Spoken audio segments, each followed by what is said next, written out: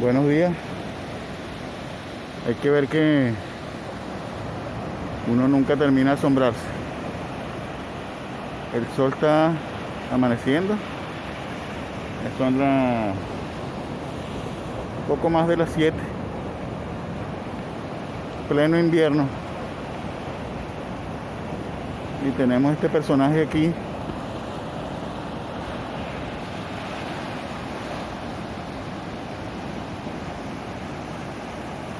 tomando un baño de playa.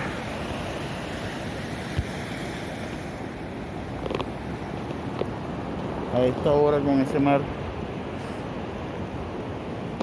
helado. Hoy me gustaría hablarle un poco sobre la inseguridad, como lo vieron ahí en el título del video. Porque han habido varias personas que me siguen preguntando, ¿no? Obviamente, como ya lo dije en uno de los capítulos anteriores, si no me equivoco, el número 2, la inseguridad en Florianópolis no es tan severa como en otras ciudades. Por ejemplo, no podemos comparar Florianópolis con un Río de Janeiro o con un Sao Paulo. De hecho, una de las personas que tengo referencia habla de que Florianópolis y algunas ciudades del sur, hablando de Paraná, Santa Catarina y algunas ciudades de Río Grande del Sur, los habitantes viven como en una especie de burbuja. Él lo denomina Brasil 2.0. Claro, esa persona vivió la mayor parte de su vida en Sao Paulo y obviamente la referencia que él tiene para comparar es Sao Paulo con el resto de las ciudades. Entonces, como ya le había dicho, Florianópolis tiene una tasa de delincuencia relativamente baja. Eso no quiere decir que no existan crímenes. Sí existen crímenes. Y hay crímenes violentos, obviamente, hay homicidios. Pero una de las cosas que por lo menos me preocupa más, la estafa, por ejemplo, hay estafas, que es muy común. Y con respecto a crímenes violentos, por ejemplo, llama mucho la atención, que se escucha bastante en las noticias, es violencia contra la mujer, violencia de género en general, ¿no? En contra de los homosexuales, lesbianas, ese tipo de cosas. Hay un documento para quien realmente esté interesado en saber el detalle de cada una de esas informaciones. El documento se llama Atlas de la Violencia. El Atlas de la Violencia es publicado anualmente en un sitio web del gobierno que se llama IPEA. Yo les voy a dejar ahí en la pantalla la página web y le voy a dejar en la descripción el detalle de la página web y para que vayan directamente a la fuente.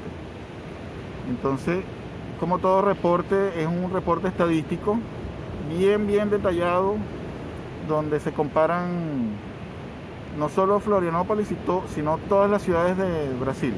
El Atlas de la Violencia es un documento que es bien importante y reúne toda la información con respecto a los crímenes violentos.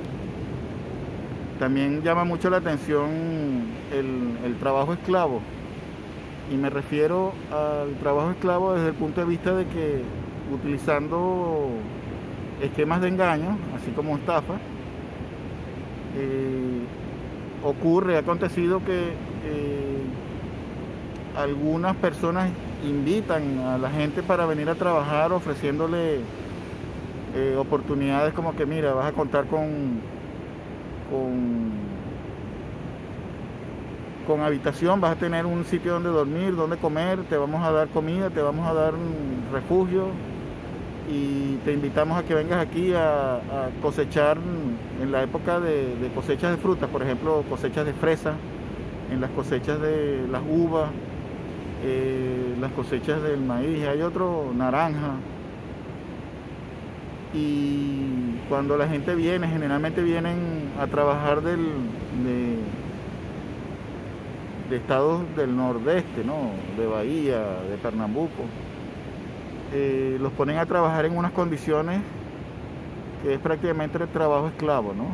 Les quitan los documentos para que no se puedan ir, los ponen a trabajar en unas condiciones que son infrahumanas. Trabajan, no sé, de 6 de la mañana a 10, 11 de la noche, les dan apenas algo de comida y los ponen a vivir en un hueco. Entonces, ya yo he escuchado varios casos de ese tipo aquí en Santa Catarina, en las regiones del valle, donde se cosechan ese tipo de frutas. Entonces hay que estar alerta, ¿no? Lo mismo que con las estafas. Estafan, ahí los delincuentes tienen una capacidad para engañar a las personas y estafarlas que tú no tienes ni idea, ¿no?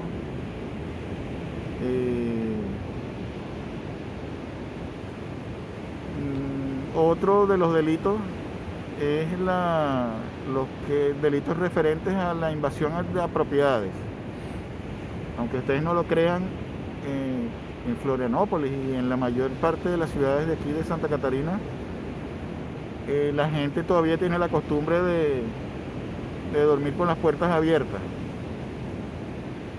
Y las casas son muy pocas las que tienen rejas o algún tipo de protección, y si las tienen generalmente están abiertas.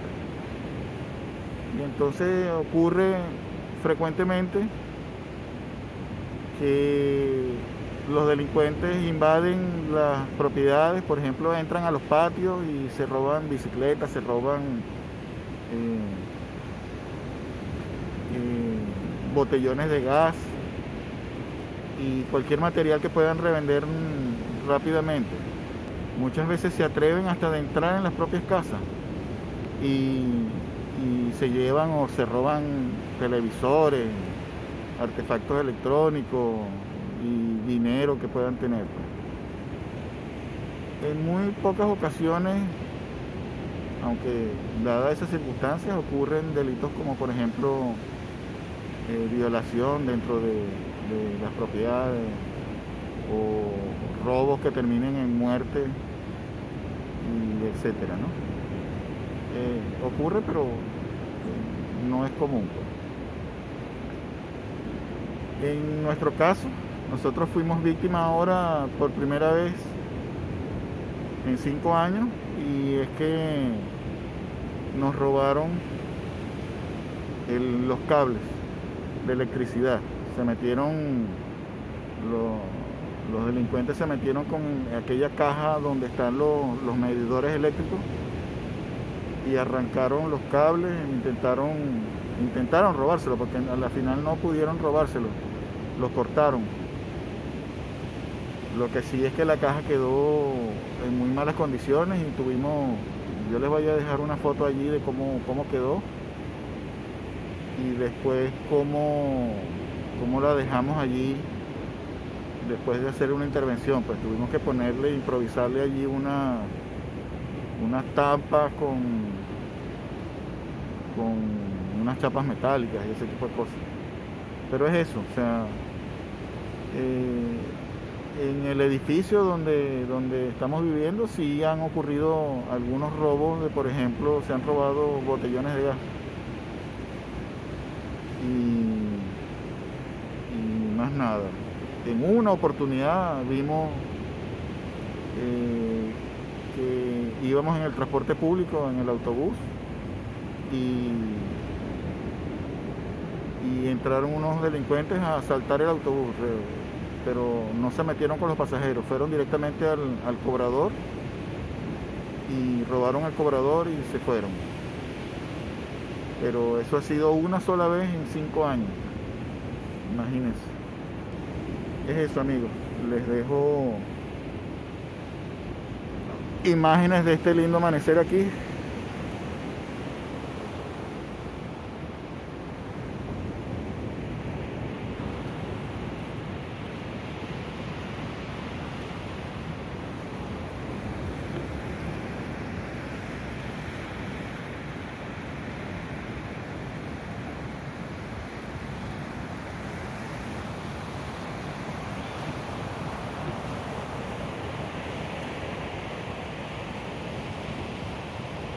Chao, chao.